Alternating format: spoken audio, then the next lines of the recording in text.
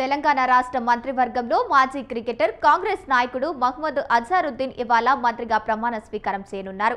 మధ్యాహ్నం రాజ్భవన్లో మంత్రిగా ప్రమాణం చేయనున్నారు. ప్రస్తుతం తెలంగాణ మంత్రివర్గంలో మైనార్టీ వర్గానికి ప్రాతినిధ్యం లేదు. కావున అజారుద్దీన్ను చేర్చడం ద్వారా ఆ లోటుకు భర్తీ చేయనున్నారు. కాగా గ్రేటర్ హైదరాబాద్ పరిధి నుంచి ఆయన తొలి మంత్రి కానున్నారు.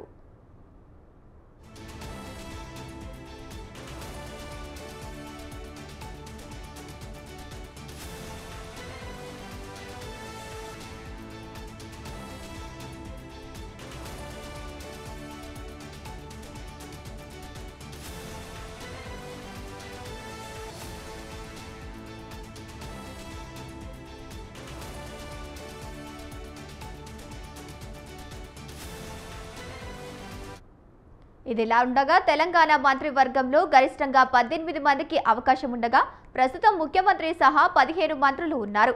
అజారుద్దీన్ ప్రమాణ స్వీకారంతో ఆ సంఖ్య 16కు చేరుతుంది. మంత్రివర్గంలో ఇంకా 2 ఖాళీలు ఉన్నాయి. అయితే ప్రస్తుతానికి అజారుద్దీన్ ఒక్కరే మంత్రిగా ప్రమాణ స్వీకారం చేస్తారు. మిగిలిన 2 ఖాళీల విషయంలో సీఎం రేవంత్ రెడ్డి డిసెంబర్లో నిర్ణయం తీసుకునే అవకాశం ఉంది. ఇక ఈ నిర్ణయం ముఖ్యంగా జూబ్లీహిల్స్ అసెంబ్లీ ఉప ఎన్నికల్లో నేపథ్యంలో వ్యూహాత్మకంగా భావిస్తున్నారు. ఈ నియోజకవర్గంలో మైనార్టీ ఓటర్లు అధికంగా ఉన్నారు. జూబ్లీహిల్స్ ఉప ఎన్నికల కోడ్ అమల్లో ఉన్నందున ఈ మంత్రివర్గ విస్తరణపై బీజేపీ వంటి కొన్ని పార్టీలు ఎన్నికల సంఘానికి ఫిర్యాదు చేశాయి. అయినప్పటికీ రాజ్యాంగపరమైన విధులను ఎన్నికల నియమావళి వర్తించలేదని అభిప్రాయం ఉంది.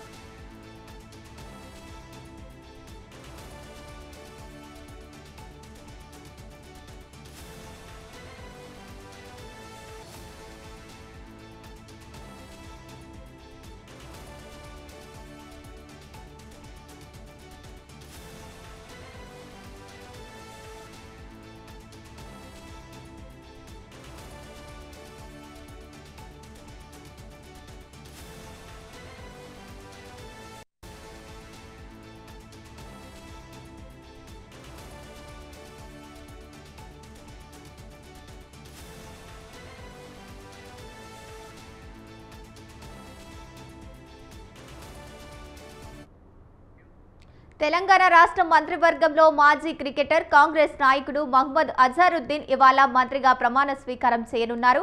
మధ్యాహ్నం రాజ్భవన్లో మంత్రిగా ప్రమాణం చేయనున్నారు. ప్రస్తుతం తెలంగాణ మంత్రివర్గంలో మైనార్టీ వర్గానికి ప్రాతినిధ్యం లేదు. కావున అజారుద్దీన్ను చేర్చడం ద్వారా ఆ లోటును భర్తీ చేయనున్నారు. కాగా గ్రేటర్ హైదరాబాద్ పరిధి నుంచి ఆయన తొలి మంత్రి కానున్నారు. రైట్గా ఇదే అంశానికి సంబంధించి మరింత సమాచారాన్ని మా కరెస్పాండెంట్ ఉషా ఫోన్ ఇన్ ద్వారా అందిస్తారు. ఉషా, చెప్పండి. అజారుద్దీన్ ఏదైతే మైనారిటీ అభ్యర్థిగా అజారుద్దీన్ గవర్నర్ ఎమ్మెల్సీ అభ్యర్థిగా ఖరారు చేసినటువంటి కాంగ్రెస్ అధిష్టానము మరోవైపు కేబినెట్ లో కూడా మైనారిటీ మంత్రిగా తీసుకునే ఉద్దేశంతోనే ఇటీవలే ఏదైతే 2 రోజుల క్రితం చూసుకున్నట్టయితే అజారుద్దీన్ ని ముఖ్యమంత్రి రేవంత్ రెడ్డి మంత్రివర్గంలో ఆహ్వానిస్తూ అయితే ఒక అఫీషియల్ గా అయితే అనౌన్స్ చేయడం జరిగింది. మాజీ క్రికెటర్ అహ్మద్ అజారుద్దీన్ ఒక్కరినే కేబినెట్ లోకి తీసుకొని ఉన్నారు. శుక్రవారం ఏదైతే ఇవాళ మధ్యాహ్నం 12:15 ఆయనతో గవర్నర్ జిష్ణుదేవ్ వర్మ రాజ్భవన్ లో ప్రమాణ స్వీకారం చేయించనున్నారు. ఇందుకోసం ఏర్పాట్లు కూడా పూర్తి చేశారు. ఈ మేరకు గవర్నర్ కార్యదర్శి సిఎస్ కు లేఖ కూడా రాశారు.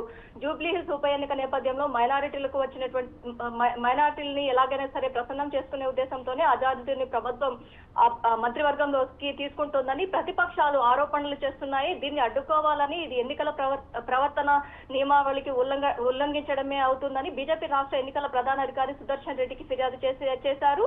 గతంలో గోవాలో ఇలాగే ప్రమాణ స్వీకార ఏర్పాట్లు జరుగుతుంటే కేంద్ర ఎన్నికల సంఘం జోక్యం చేసుకుని ఆ కార్యక్రమాన్ని అడ్డుకున్న నేపథ్యం కూడా మనం చూసుకోవచ్చు. బీజేపీ నేతల ఫిర్యాదుపై సుదర్శన్ రెడ్డి కేంద్ర ఎన్నికల సంఘానికి సమాచారం ఇచ్చారు. ఈసీ ఇచ్చే ఉత్తర్వులను అనుసరించి ఆయన కార్యాచరణ ఉండనుంది.